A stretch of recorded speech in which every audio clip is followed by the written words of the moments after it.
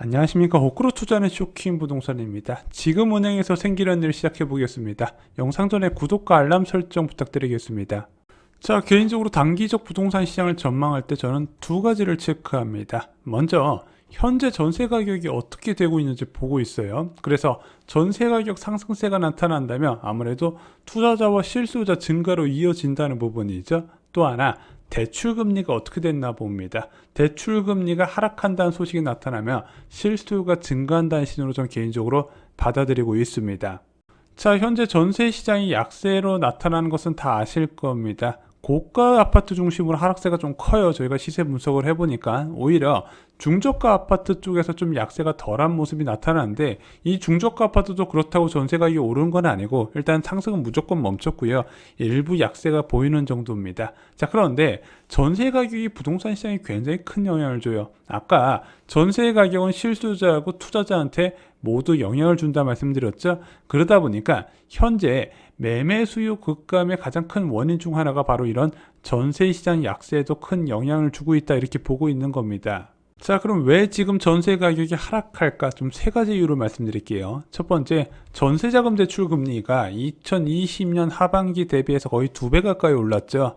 또 하나는 매년 겨울방학에 몰려있는 입주 물량도 영향이 있습니다. 이건 계절적 요인이에요. 그래서 작년에 금리가 그렇게 낮고 입주 물량이 부족했던 2021년에 잠깐 전세 가격이 좀 빠진 시기가 있었거든요. 왜냐면은 이제 신도시 중심으로 해서 아파트가 입주시킬 때 대부분 자녀 학교 문제 때문에 1월이나 2월 달에 입주를 많이 시켜요. 그래서 그 전에 이사 관련 수요가 몰리다 보니까 전세 시세 좀 약세가 나타나게 됩니다. 마지막으로, 이건 제 개인적인 생각인데, 자, 코로나19로 입국한 해외 거주자가 다시 해외로 돌아가는 상황이 펼쳐지고 있지 않냐, 이 세 가지를 꼽고 있어요. 그래서 작년에 코로나19로 입국한 해외 입국자들이 아무래도 월세 방식으로 거주하고, 월세는 1년 단위로 계약을 하잖아요. 그것이 만기됐을 때 내놓고 이주를 한다, 제 개인적인 가설입니다. 그래서 이 세 가지가 지금 전세 가격 하락을 유도하고 있는데, 일단은 이런 세 가지 이유 말고도 기본적으로 전세 시세는 기준금리와 연동된다 말씀드렸습니다. 자, 전세 이야기는 여기까지 하고요. 오늘 본론 들어가 보겠습니다. 은행 쪽에서 2022년이 가까우면서 변화가 감지된대요. 바로 우대금리가 부활되고 대출 한도도 늘어나고 있다는 거예요. 자, 일반적으로 대출금리는요, 중거금리에다가 가상금리를 더하고요, 여기서 우대금리를 빼서 산정을 하게 됩니다. 자, 그런데 최근에 주요 은행들이 신용대출과 주택담보대출, 전세대출의 우대금리를 상향 조정하면서 대출금리를 낮추고 있대요. 자, 이 대출금리가 낮아지는 거 두 가지 이유로 압축이 됩니다. 자, 첫 번째, 가장 큰 이유기도 하겠죠. 가계부채 총량 규제 리셋입니다. 지금 금융위원회에서는 가계부채 증가세를 4에서 5% 이내로 억제시키겠다고 강하게 표명을 하고 실제 금융권을 강하게 압박하고 있어요. 자, 그런데 이 증가세가 매년 초에 리셋이 됩니다. 자, 그러면은 금융권에서는 그동안 이 가계대출 증가세에 소극적이다가 한도도 리셋됐겠다, 대출 유치를 위해서 우대금리를 낮추었다는 거죠. 자, 왜냐면은 지금 시중 주요 은행이 금리가 높다 보니까 경쟁에서 밀려요. 전세자금 대출 금리는요, 인터넷 은행이 밀리고요, 주택담보대출 금리는 외국계 은행이 지금 밀리고 있습니다. 그래서 한도 리셋된 김에 우대금리를 확대하면서 좀 실적을 쌓으려고 하는 거죠. 왜? 지금 실적을 쌓아놓는 게 금융당국의 눈치를 좀 덜 본다는 겁니다. 자, 또 하나의 이유는요, 바로 채권금리의 지속적인 하락 부분입니다. 자, 올 11월 초에 채권금리가 정말로 많이 뛰었죠. 그리고 나서 그 이후에 많이 조정이 됐습니다. 지금 5년물 채권금리 같은 경우는 2.99%가 되는데, 얘가 어디까지 올라갔다? 2.4%까지 올라갔거든요. 그래서 가장 고점 대비해서 지금 5년물 채권금리가 많이 낮아졌는데, 국채금리만 낮아졌겠습니까? 회사채, 금융채 다 낮아졌죠. 그래서 5년물 금융채 금리가요, 11월 4일 대비해서 0.3%포인트 낮아졌거든요. 그것이 우대금리 인하 여력이 된 것이다, 이렇게 보시면 될 것 같습니다. 자, 앞서 말씀드렸지만 일반적으로 대출금리 하락은요, 실수요 증가 신호를 가져오게 됩니다. 자, 금매 나왔었는데 대출 환경 좋아지니까 좀 사보자, 이런 심적인 요인이 반영될 수 있거든요. 그래서 대출금리 하락은요, 전세 가격 급등과 더불어서 대표적인 부동산 매매 시장 회복 신호로 알려져 있습니다.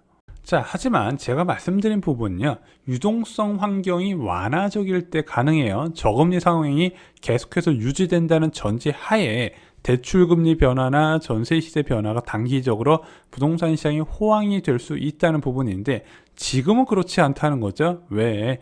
내년은요, 11년 만에 가장 강력한 긴축이 진행되는 시기라는 거죠. 당장 1월 14일 날 기준금리가 100% 확률로 인상이 됩니다. 그리고 4월 달에 기준금리가 추가로 올라가게 되고요. 7월 달에도 높은 확률로 금리 인상 확률이 있어요. 그러면은 지금 우대금리 확대는 일시적인 현상으로 보시는 게 더 나을 것이다. 제 개인적으로 이렇게 판단하고 있습니다. 그래서 대출금리 하락에 부동산 시장 회복을 생각하지 마시고요. 오히려 올해 있을 지속적인 금리 인상에 따른 수요 감소, 공급 증가를 예상을 하셔야 된다는 거죠. 자, 부동산 시장에서 공급은 예금금리와 밀접하게 연관돼 있고 수요는 대출금리와 연관이 됐다 말씀드렸습니다. 앞으로 예금금리가 2% 전후가 될 때 부동산 시장에 변화가 생길 거라고 말씀드렸죠. 왜? 전세와 매매 공급 증가 요인이 된다는 겁니다. 그리고 이것 말고도 올해 이제 내년에 있을 또 하나의 금융시장 변수가 있습니다. 자, 바로 내년 1월 1일부터 DSR 규제가 적용돼요. 자, DSR 적용이 다 되는 게 아니었는데 이 적용되는 대상이 점점 확대되고 내년 1월 1일부터는 바로 총 대출액 2억 초과할 경우에 이 DSR 적용이 된다는 겁니다. 자, 이 DSR 규제 보통 40% 이제 이내에서 관리하도록 되어 있거든요. 이게 어떤 내용이냐? 예를 들어 연봉 5천만 원인 직장인이 있습니다. 이 사람이 대출 원리금 상환액과 이자액으로 연 2,500만 원을 써요. 그건 DSR 50%가 적용되기 때문에 이렇게 많은 대출이 안 된다. 이렇게 보시면 될 것 같아요. 40% 이내에서만 적용되다 보니까 이 사람의 원리금 상환액과 이자액이 연봉이 5천만 원이니까 2천만 원을 넘지 않게 관리하는 게 바로 이 DSR 규제입니다. 자, 근데 적용 대상 확대보다 더 무서운 것이 있습니다. 바로 이 DSR 산정할 때 신용대출의 만기를 5년으로 줄인다는 거예요. 이게 무슨 의미가 있지? 신용대출의 만기가 어딨어? 신용대출 만기가 없죠. 만기가 없기 때문에 신용대출을 받은 차주한테는요, 이 DSR 산정할 때 그동안은 7을 나눠서 적용했는데 이제 5를 나눠서 DSR 계산 시 반영을 한다는 내용입니다. 자, 이 DSR 규제는요, 왜 만들어졌냐? 한마디로 주택담보대출과 신용대출을 동시에 받는 차주를 규제하려는 목적으로 만들어졌습니다. 자, 이 LTV 규제 서울 지역은 굉장히 강력하게 적용돼서 9억 이하부는 40%, 9억 초과부는 이제 20% 대출이 가능해요. 그래서 웬만한 사람들 서울에 고가 아파트 살려 그러면요, 실수요 목적으로 대출이 30%밖에 안 되다 보니까 부족자금을 신용대출을 메꿨다는 거죠. 그런데 이 신용대출 만기를 5년으로 잡으면 어떤 일이 생길까요? 예시를 들어보겠습니다. 자, 서울 지역에 12억 아파트 대출을 받는다고 볼게요. 자, 12억 아파트 주택담보대출 받으면 얼마까지 될까요? 서울 지역은 한 4억 2천까지 대출됩니다. 9억 이하부는 40%, 9억 초과부는 20%가 적용되기 때문이죠. 그러면 한 달에 186만 원씩 상환한다고 볼게요. 연 2,200만 원 정도가 책정됩니다. 그리고 이것만으로 부족하니까 신용대출을 8천만 원을 받았어요. 자, 이것을 5로 나눠서 계산해 봤더니 연 상환 원리금이 1,600만 원이고 이자가 300만 원 정도 됩니다. 이것을 다 합쳐 봤더니 1년에 4,100만 원이 계산되는 거예요. 자, 40% 못 넣는다고 말씀드렸죠. 한마디로 연봉 1억 이하로는 이 대출을 못 받는 겁니다. 게다가 지속적으로 금리가 올라가게 되면 이자 부담이 더 늘어나게 되니까 한도는 더욱더 축소가 된다는 거죠. 그래서 이 신용대출을 5로 나눠서 원리금을 계산하는 게 무서운 거예요.